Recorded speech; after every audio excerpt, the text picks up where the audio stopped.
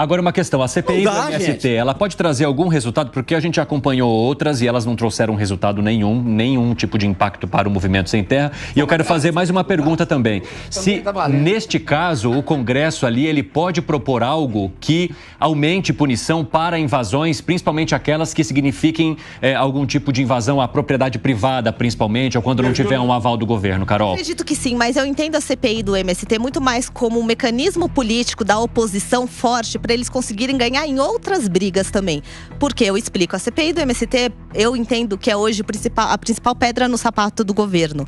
Então o governo está tendo que ter um jogo de cintura danado, porque a CPI quer demonstrar, isso é fato, quer demonstrar se o governo tem ligação com esses movimentos criminosos, é isso. E o governo não quer ter essas ligações, por isso que ele está tentando se deixar distante, por isso que Stedley está tão bravo xingando o Lula dia sim, dia sim.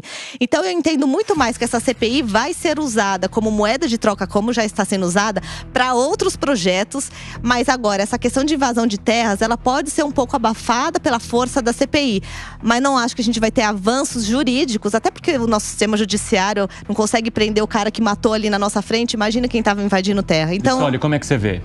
Olha, eu acho que a chance que o Congresso tem de discutir o assunto. Até o Felipe aqui, que discorde um monte de coisas, concordou que a invasão é crime e deve ser punida. Então, se a unanimidade da roda é dizer que a invasão é crime, isso não pode ocorrer, a CPI e o Congresso tem que ser duro contra isso. Porque a gente vai forçar uma reforma agrária, seja no formato que for, eu não estou discutindo qual é certo e qual é errado, porque eu acho que a resultante de um debate é concluir qual é a correta.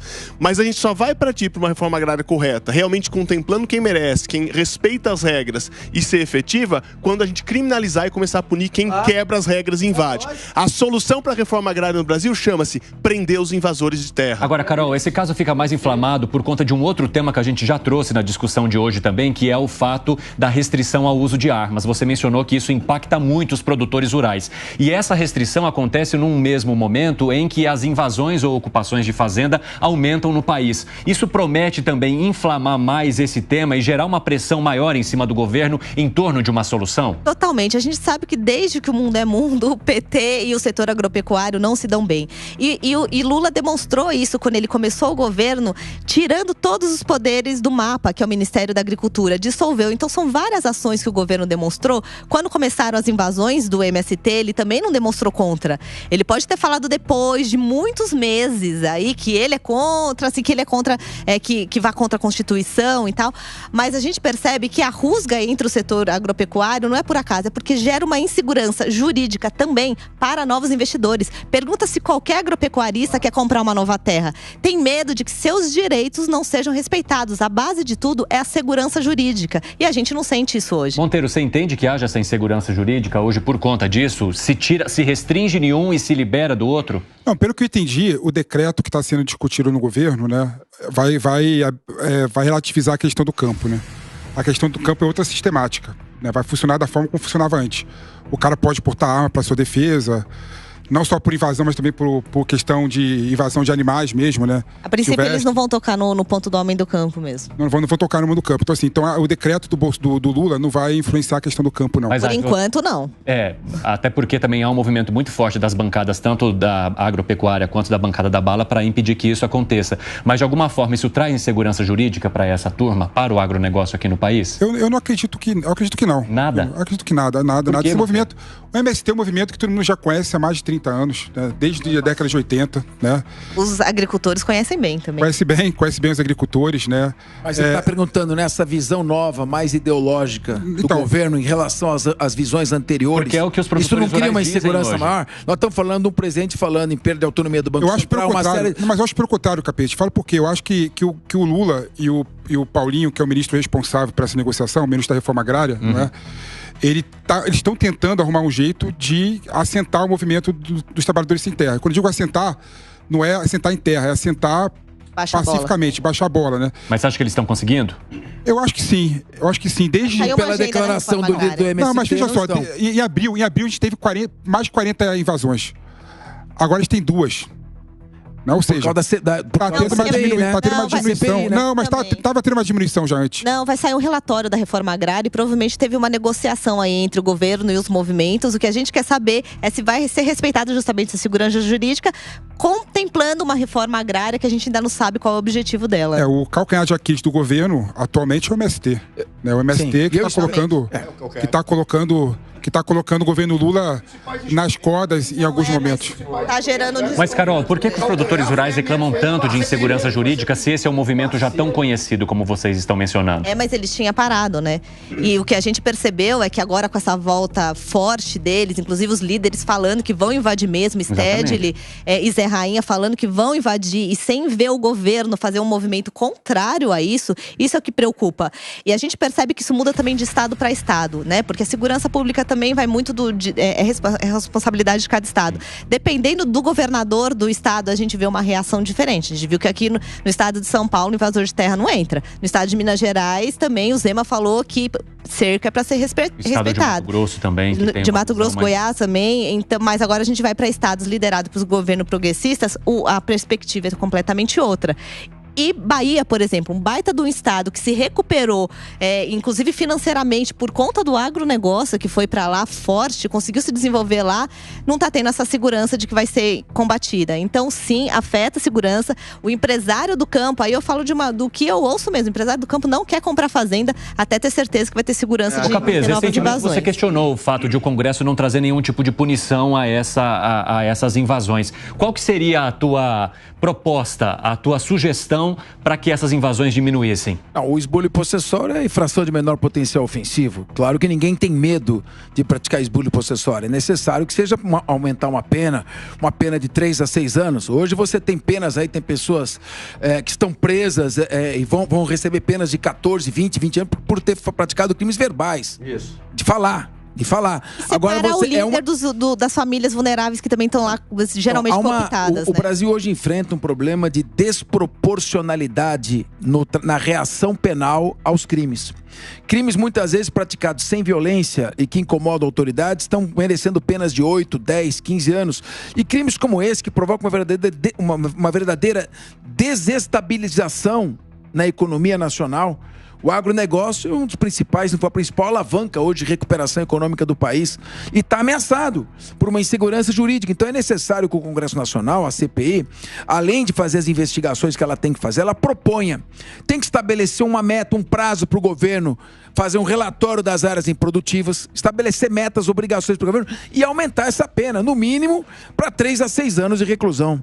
O Felipe Monteiro fez uma cara enquanto você falava que eu vou até me aproximar dele. Você acha que aumento de punição não pode fazer com que as invasões diminuam, Felipe? Eu acho que não vai mudar nada em relação a esse aspecto. Agora, uma coisa que eu acho interessante na retórica do Capês é falar que o agronegócio está sendo ameaçado por... O máximo que eu vi de invasão de família é 20 famílias ao mesmo tempo. Eu não falei... Não, quem falou não fui eu. Desculpa. Quem falou foi a Carol Curimbaba... Desculpa, não. Vamos exagerar a questão. O agronegócio é forte no Brasil. O agronegócio é praticamente inabalável no Brasil. A gente daqui a pouco vai estar competindo de igual para igual com a França e com os outros países que têm uma eficiência melhor do que a gente no agro. Posso falar? Então, assim, falar que o agro vai se tremer por causa do MST, posso falar isso aí é uma narrativa que não para de pé. Se eu falar... Não, peraí. Se eu falar, você não me interrompe? Não para de pé. Você me cortou. Pode concluir. Não fui eu quem falei. Nem eu falou.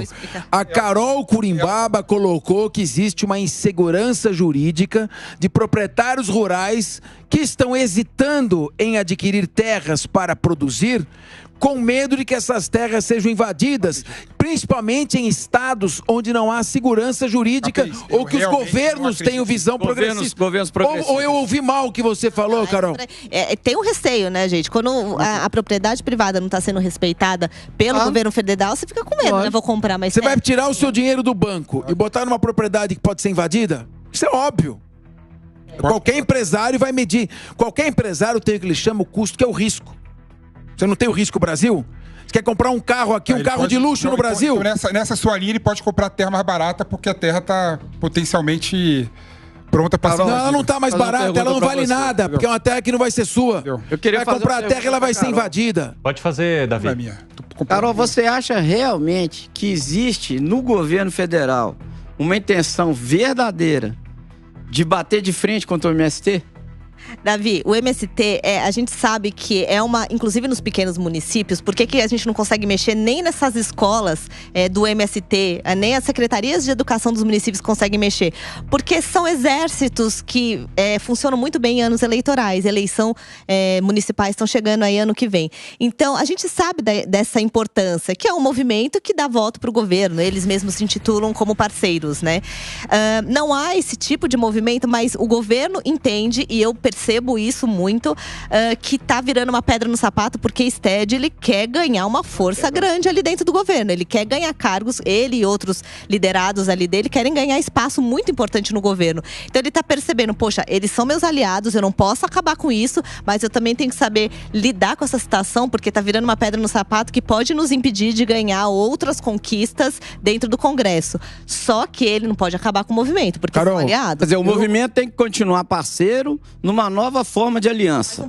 Uma parceria mais suave. É um pouquinho menos pidão, né? Mas não vão abrir mão do MST nunca, porque o MST é a ideologia no campo, gente. O Felipe tá batendo, ele tá batendo com o dedo. Ele tá batendo com o dedo no tênis. Não, a mímica é o seguinte. Professor, como é que eles vão romper com o MST? Não, a mímica é o seguinte. Sendo que o MST é o braço quando eu falei que o MST ele tá provocando o Suano. É o calcanhar de Aquiles do governo, o Suano falou, não, impossível. Agora a Carolzinha falou que é pedra no sapato. Uma pedrinha desse tamanho, gente. Olha o tamanho da pedra. Todo mundo jogando na tua boca. Olha o tamanho da pedra. Olha o tamanho da pedra. Eu vendo o perigo nessa tarde. Porque a Carol é responsável pela... Não. Olha a armadilha que você tá criando pra si mesmo. Pelo menos nessa tarde, o nosso amigo Felipe Monteiro pode ganhar o título de o rei do sofisma. Suano, responda a essa acusação que foi feita contra você e essa provocação com o dedo no calcanhar de Aquiles do Felipe Monteiro. Primeira coisa, nunca nosso o MST tempo tá acabando, vai ser o calcanhar de Aquiles do governo. Eles trabalham, esse que é o grande problema. Nós estamos colocando como se os problemas estivessem sendo resolvidos e as soluções 30 segundos, professor. apresentadas agora. Não, eles trabalham com planejamento estratégico anterior.